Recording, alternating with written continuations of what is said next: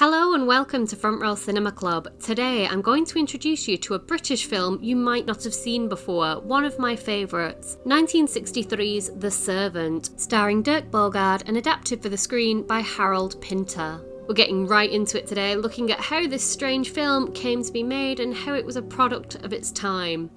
Let me start by saying this: it's really gay.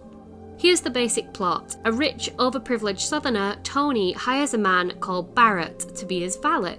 Barrett lives with Tony and fills a sort of butler, maid, barman, cleaner and companion role. He's what's known as a gentleman's gentleman. Old-fashioned though the concept of live-in hired help may be, initially the two men coexist together as a regular master and servant. As time passes, however, the relationship between the two men begins to shift, and we come to discover that there is more to Barrett than we might first assume. He's a bit of a dark horse. Britain was in flux during the early 1960s. Rationing may have ended in 1954, but the effects of World War II were felt well beyond then, with many cities struggling to rebuild after the devastation of the Blitz. England was a nation divided. The media, which largely meant the BBC for Britain, reflected the split between the north and south of the country. People on the television and in film and radio generally spoke with a certain type of accent and came from a certain background. Class division was rife, but things were beginning to change. The early 1960s was a transitional time, a strange mix of the old and the startlingly new. In March of 1963, the year in which The Servant was released, four long-haired young men from Liverpool released their debut album. They spoke with regional accents and came from working class or lower middle class backgrounds. On the 12th of July in the same year, Pauline Reed, a 16-year-old Manchester girl, went missing. It would later be revealed that she was the first victim of the Moors murderers, Ian Brady and Myra Hindley. Their brutal crimes would change the way that people thought about their neighbours forever. And John Profumo, Minister for War, denied an affair with model Christine Keeler. It would be proven in court that he was lying. This scandal caused the British public to lose trust in the establishment and would lead to them beginning to question the betters to a higher degree. The following year, a Labour government would be elected to Parliament, welcoming in further change and a more liberal society. We'll all be going up in a minute.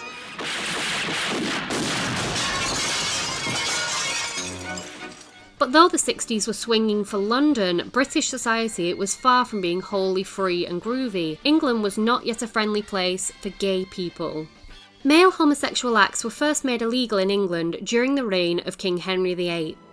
Oscar Wilde was sentenced to 2 years of hard labour in 1895 after being convicted of gross indecency. Mathematician Alan Turing, responsible for work that led to the cracking of the Enigma code, therefore shortening the Second World War by up to around 2 years, was prosecuted for engaging in homosexual acts in 1952. He would be subjected to a barbaric sentence of chemical castration. Even up until the 1960s, men were being imprisoned for engaging in homosexual behaviour, and it wouldn't be until 1967 that homosexual acts would be decriminalised.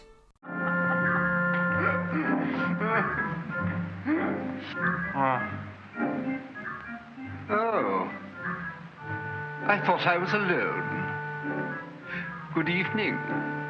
Characters in films generally couldn't be openly gay during this time, but subtle or coded representation of gay men has always been present in film. Characters are coded as homosexual through subtext and stereotypes, a practice often referred to as queer coding, though the use of that word is contentious as many consider it a slur. A good example of a queer-coded character? Disney villains often fall into this category. Think Scar from The Lion King. Slinky, affected and camp, the opposite of his brother Mufasa, domineering and large and masculine and obviously heterosexual lion. Rah. So let's bring all this back to our focus film, The Servant. In The Servant, our two male leads, Tony and Barrett, are both queer-coded, particularly the servant, Barrett, who, as I previously mentioned, is played by Dirk Bogarde. The casting of Bogarde is interesting. He began as a matinee idol, a cute star that appealed to English audiences in the 1950s. He soon established himself in art house films, however, and chose projects based on their creative merits, wishing to be seen as more than just a handsome face. In 1961, he starred in Victim, the first English-language film in the world to use the word homosexual. The movie tells the story of a barrister who was blackmailed for being gay, and it's worth mentioning that Bogarde himself, though he hid the fact throughout his life, was homosexual. His performance in The Servant is nothing short of amazing. He is simply incomparable. Every glance, every twitch of his lips seems to convey some emotion lying just under the surface. Barrett is a character who says one thing but means another. He is duplicitous, cunning, and not to be trusted. Bogarde's performance manages to convey two levels of meaning at all times: Barrett's polished, polite, deferential surface, and his hidden, deep, lurking, shadowy side. The side that eventually rises to flip the master-servant relationship he has with his employer. But let's get into the beats of the film so you can better understand what I'm talking about. Warning, after this point, here be spoilers, so if you're interested in watching the film, go and do that. It's out there on DVD, or, not suggesting anything illegal here, but you can find it on the web, I'm sure. Right. The Servant was filmed during a cold snap in England. The winter between 1962 and 1963 was infamously freezing and long, and we begin with some chilly establishing shots of Knightsbridge. We meet Hugo Barrett outside a toilet shop, swinging his long umbrella and smartly and conservatively dressed. He's going for a job interview. Here's his future boss, Tony.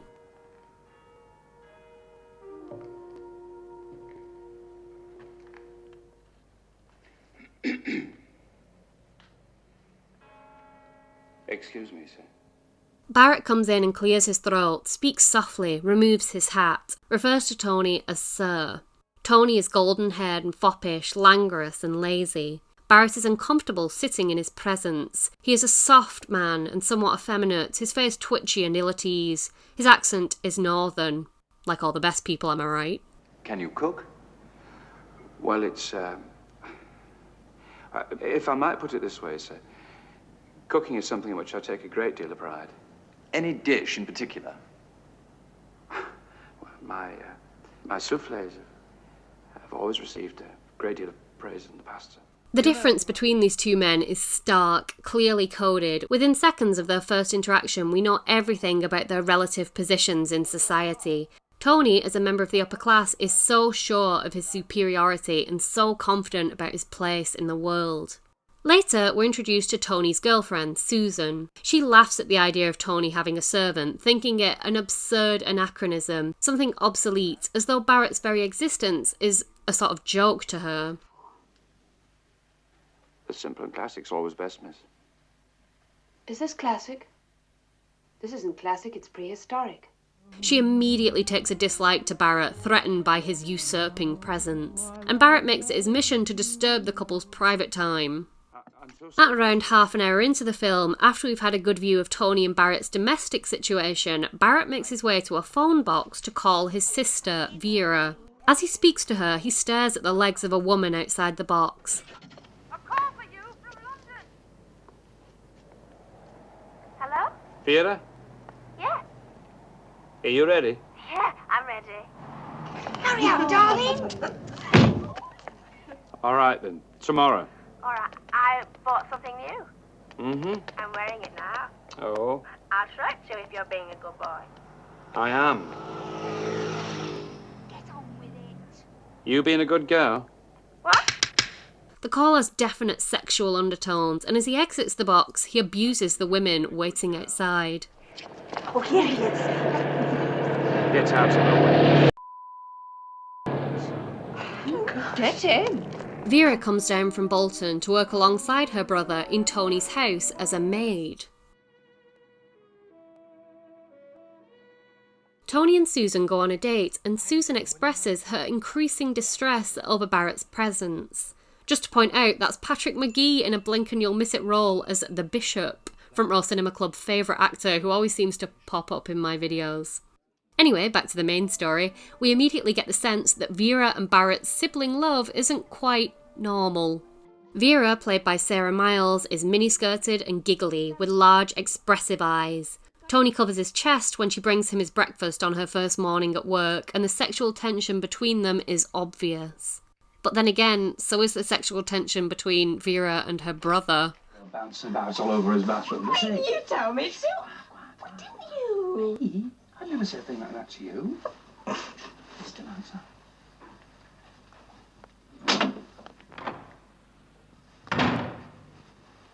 You know what I'm going to do? What? Yeah, take those. Take one of those and put them on. This? Yeah. I'm going to have a bath in his bathroom. Oh, yeah. Tony begins an affair with Vera, all orchestrated by Barrett, who controls his master like a puppeteer, expertly orchestrating the situation. Why he would do this yet remains a mystery to us, the audience. As this incestuous, weird, perverted love triangle develops, Tony's house becomes dark and shadowed, filled with secrets. Even as Barrett sleeps with Vera, his wall is covered in pasted pictures of muscle men, and he is happy to see her go off with Tony. Tony begins to fob his girlfriend Susan off as he retreats further into his claustrophobic home, becoming cut off from the outside world. And Susan, in turn, takes her anger out on Barrett. I'm the servant, miss. Get my lunch. Finally, things come to a head, and Tony and Susan discover the debauchery that's been happening under their noses this entire time. Coming home early one night, they find Barrett and his supposed sister Vera fooling around. We find out that Vera isn't Barrett's sister at all, but his girlfriend. Tony throws them both out on the street. Get out, both of you.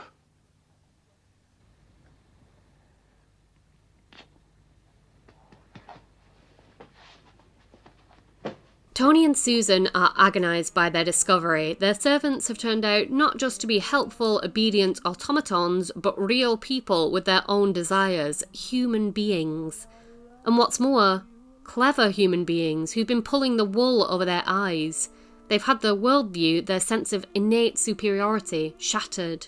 Barrett and Tony bump into each other at the pub, and Barrett manages to sweet-talk and lie his way back into Tony's life.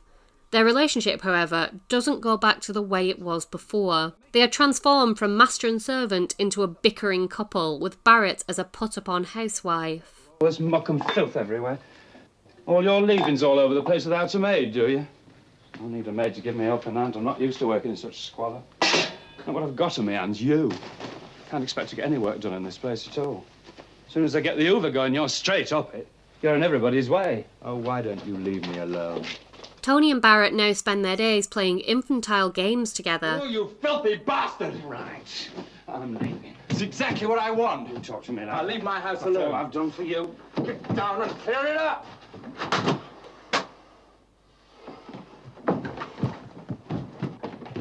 You're not going to stand for any more of this. Take your pigsty somewhere else. It's not my pigsty, it's yours. You creep. Nobody talks to me like that. Do you know what you are? I know all about your son. You're a peasant. Peasant, am I? Get out of the way. I'll show you what you are. You're just a little upset because you're losing the game. Oh. Take your foot. Take it yourself. Ow! Oh, what's the matter? I'm going. I couldn't have heard. Their interactions appear childish and stunted. The world outside has completely disappeared, and Tony has become totally dependent. Barrett cleverly switches their roles, becoming master in a house that isn't his own. Well, go and pour me a glass of brandy.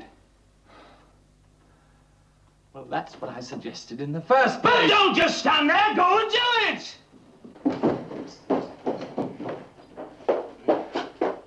The film descends into a fever dream, a surreal nightmare, disturbing, distorted, shadowy, sweaty. You've got a guilty secret. Then Vera comes back, claiming that she is in love with Tony. Though soon enough, a look between her and Barrett, a touch, and we realise that Tony is still being deceived, if we had the slightest doubt before. Tony descends into total alcoholism, facilitated by Barrett, and Susan returns to try and rescue him, but is subjected to the debauched scenes of an orgy. Susan kisses Barrett in an attempt to ingratiate herself into Tony's new crowd, but finds herself heartbroken and disgusted.